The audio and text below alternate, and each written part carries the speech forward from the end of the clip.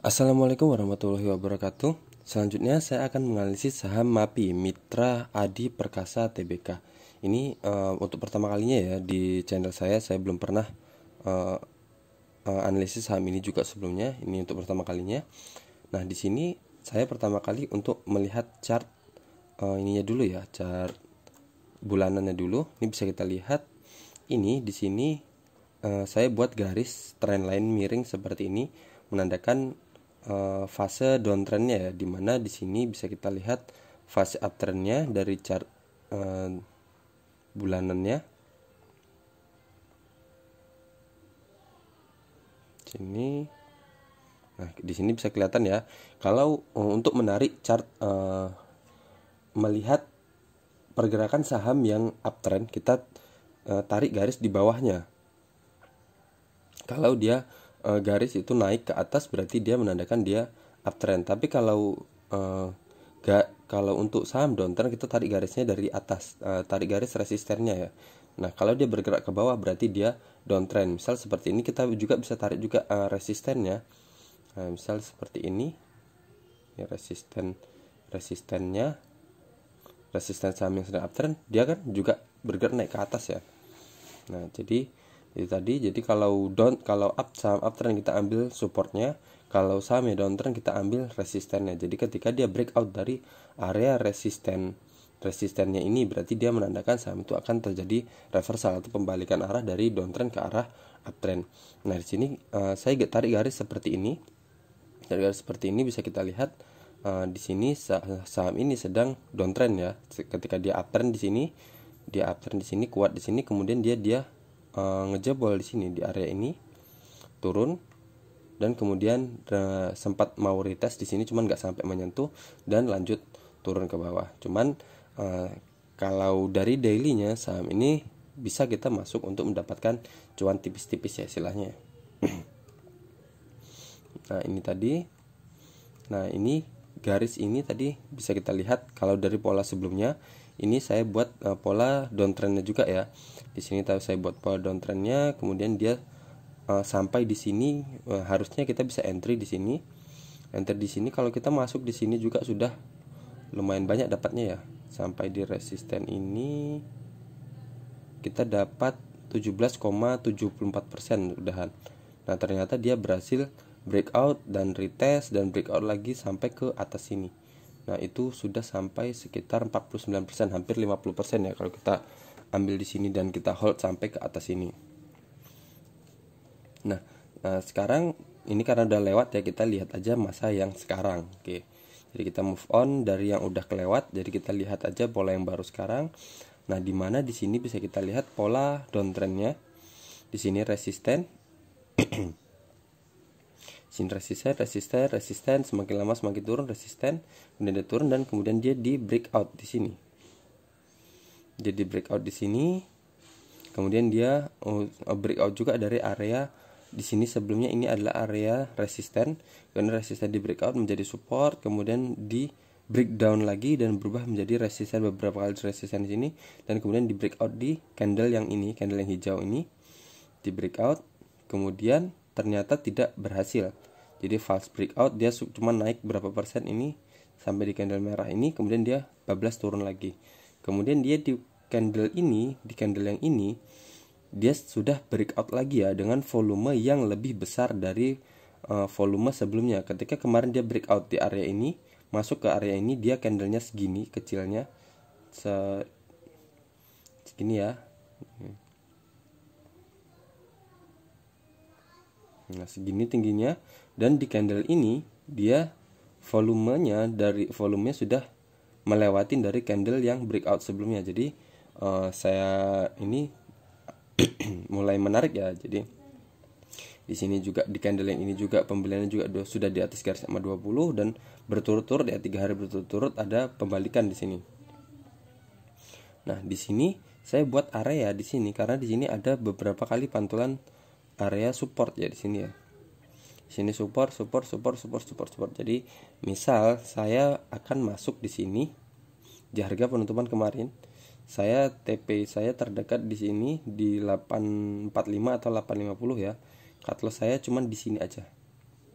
di 1,89%. Jadi kalau dia closingnya menyentuh angka 780, saya akan cut loss, saya akan keluar. Nah, dan resisten terdekat saya di 850, itu 6,92%, hampir 7%. Saya akan masuk di situ. Atau kalau dia berhasil menembus area ini juga, dia bisa sampai ke area ini. Jadi sekitar 11,32%, dimana ini adalah resisten trendline-nya kemarin ya, resisten downtrendnya di sini resisten, di sini juga ada resisten. Oke. Jadi sampai di area sini ya. Kalau dari MA-nya, di sini baru aja terjadi dead cross ya, karena beberapa kali candlenya ini tetap berada di bawah garis MA50, sehingga garis MA50-nya akhirnya melempem ya, istilahnya melempem dan bergerak turun. Tapi di sini candle sudah bergerak kembali di atas garis MA50-nya. Nah, jadi seperti itu. Nah, jadi mungkin muncul pertanyaan ya, kenapa kemarin ini kan udah breakout ya, udah breakout, harusnya kan kalau sudah breakout dia kan bergerak lanjut ke atas ya, kenapa dia malah turun ke bawah? Nah, itu dia. Jadi di market itu nggak pernah salah, yang salah adalah analisa kita. Jadi ketika dia turun kita harus menerima. Jadi ternyata harapan kita dia harusnya naik ke atas ini, misal dia sampai ke resisten ini, tapi ternyata dia baru sampai di sini di harga 820, cuman 3,14%, dia malah bergerak turun, sedangkan kita belum take profit ya. Nah, itulah dia. Jadi market itu nggak pernah salah, yang salah adalah kita hanya harus menerima pergerakan dari market. Jadi ketika market kita turun, nah kita hanya istilahnya apa ya, hanya menerima aja. Jadi kita turun, kita ya udah, kita batasi kerugian kita. Jangan kita market turun kita malah kekeh, ini market yang salah, ini paling sebentar lagi naik, nah, ini kita benar kok, analis kita benar, harusnya aja naik. Nah, itu yang nggak boleh. Jadi kita harus masuk di yang menurut kita benar, yang menurut dia akan bergerak seperti ini. Tapi kita jangan sampai lupa untuk membatasi kerugian. Jadi apabila dia bergerak berlawanan arah dengan yang kita inginkan, kita sudah siap dengan rem kita harus siap dengan cut loss kita di mana. Nah, seperti itu. Jangan malah ketika dia turun kita biarkan aja, dan ini aja untungnya, misal kalau kita ambil di sini kemarin dan nggak mau cut loss, untung aja dia di sini berbalik ya, jadi balik lagi ke atas sini. Kalau dia di sini ternyata turun dan bablas dari area sini terus, berarti dia bakal turun bablas sampai ke sini juga. Jadi itu udah berapa persen ya? Udah sekitar 22%. Nah, misal kalau kita tahankan saham itu, kita belinya di sini ya. Kita beli di sini dan dia turun dan ternyata bergerak turun sampai ke bawah sini, dan kita nggak mau cut loss. Oke, ini kita minusnya 22% ya. 22%. Dan kita untuk mengembalikan ke daerah ini, kembali ke harga berapa nih? Ke harga, misal harga kita beli BEP 805 ya. Nah, 805 kita butuh lebih dari 22%. Nggak percaya? Coba lihat. Nah, kita butuh 28% untuk kembali ke BEP. Padahal kita minusnya 22% ya. Nah, kita untuk kembali ke BEP aja kita membutuhkan kenaikan untuk sampai 28%. Itu makanya saya selama ini mengingatkan bahwa cut loss itu jangan sampai lebih dari 10%. Minimal 5% kita udah keluar. Jadi jangan sampai 10%. Kalau 10% aja kita membutuhkan berapa sih, Pak? Ini di 10%-nya anggap aja di sini ya. Nih, anggap aja di 10,18 ya. Nah, kita untuk balik modal ke BEP aja sini kita butuh 11,33%. Jadi kalau kita minus kita 10,18%, kita nggak bisa kita balik modal di 10,18% lagi untuk balik ke modal awal kita. Kita membutuhkan 11,33%.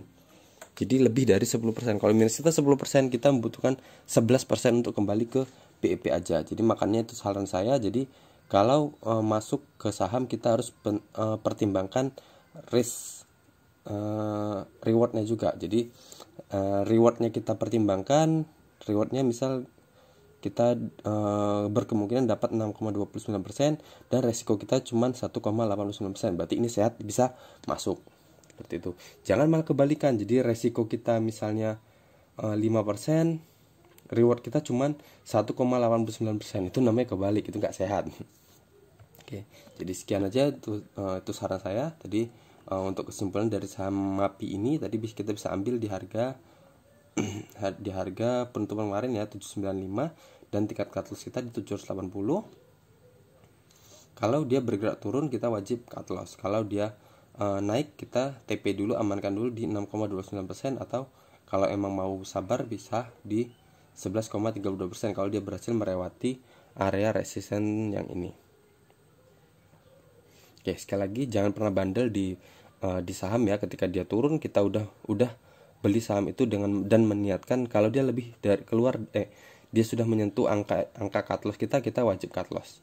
Walaupun dia ternyata nanti berbalik lagi, anggap aja itu bukan rezeki. Tapi kalau ternyata ketika kita cut loss dan ternyata dia emang terus bergerak turun, berarti itulah reward untuk kita, karena kita sudah disiplin dari apa yang sudah kita buat sebelumnya. Oke, sekian aja dari saya. Assalamualaikum warahmatullahi wabarakatuh.